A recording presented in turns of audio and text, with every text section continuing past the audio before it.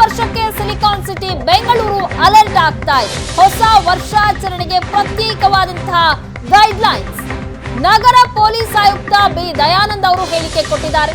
ಹೊಸ ವರ್ಷಾಚರಣೆಗೆ ಬೆಂಗಳೂರಿಗೆ ಪ್ರತ್ಯೇಕ ಗೈಡ್ಲೈನ್ಸ್ ನೀಡುವಂತಹ ಸಾಧ್ಯತೆ ಇದೆ. ಈ ಬಗ್ಗೆ ನಗರ ಪೊಲೀಸ್ ಆಯುಕ್ತ ಬಿ ದಯಾನಂದ್ ಅವರು ಹೇಳಿಕೆ ಕೊಟ್ಟಿದ್ದಾರೆ.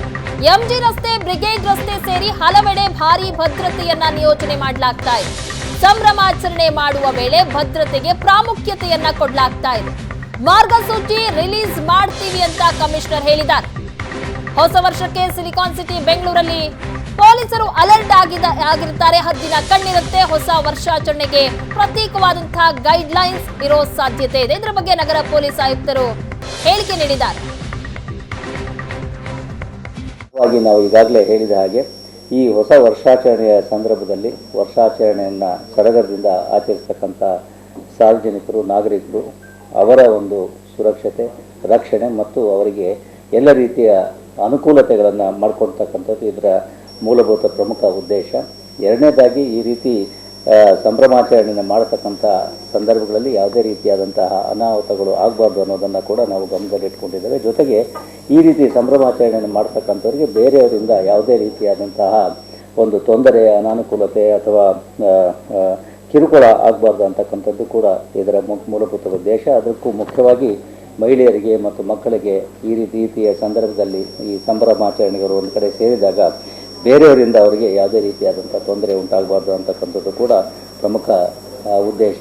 ಅದರ ಜೊತೆಗೆ ಮತ್ತು ಪ್ರಮುಖವಾಗಿಯೂ ಕೂಡ ಈ ರೀತಿ ಸಂಭ್ರಮಾಚರಣೆಯನ್ನು ಮಾಡ್ತಕ್ಕಂಥವ್ರು ಕೂಡ ಒಂದು ಎಲ್ಲೆಯನ್ನು ಮೀರಿ ವರ್ತಿಸ್ತಕ್ಕಂಥದ್ದು ಅಥವಾ ಅವರಿಂದ ಬೇರೆಯವರಿಗೆ ಅನಾನುಕೂಲ ಅಥವಾ ತೊಂದರೆ ಆಗಕೂಡದು ಅಂತಕ್ಕಂಥದ್ದು ಕೂಡ ಒಂದು ಮಾತ್ರವಾದಂಥ ವಿಷಯ. ಈ ಎಲ್ಲ ಅಂಶಗಳನ್ನು ಗಮನದಲ್ಲಿಟ್ಟುಕೊಂಡು ನಾವು ಈ ಮಾರ್ಗಸೂಚಿಗಳನ್ನು ಬಿಡುಗಡೆ ಮಾಡ್ತಾ ಇದ್ದೇವೆ. ಒಟ್ಟಾರೆ ಹೇಳೋದಾದರೆ ಈ ಸಂಭ್ರಮ ಹೊಸ ವರ್ಷವನ್ನು ಎಲ್ಲರೂ ಕೂಡ ಸಡಗರದಿಂದ ಆಚರಿಸಲಿ ಅಂತಕ್ಕಂಥದ್ದು ನಮ್ಮ ಒಂದು ಉದ್ದೇಶ, ನಮ್ಮ ಧ್ಯೇಯ. ಆದರೆ ಆ ರೀತಿ ಮಾಡುವಾಗ ಬೇರೆಯವರಿಗೆ ತೊಂದರೆ ಆಗಕೂಡದು.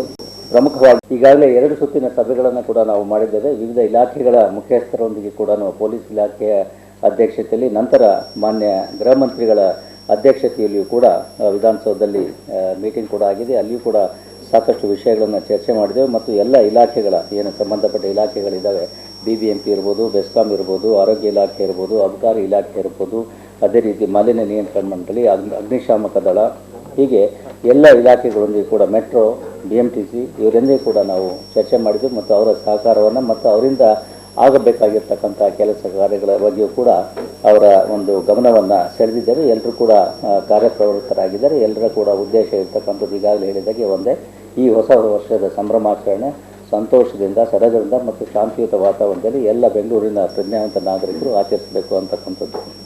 ಈಗ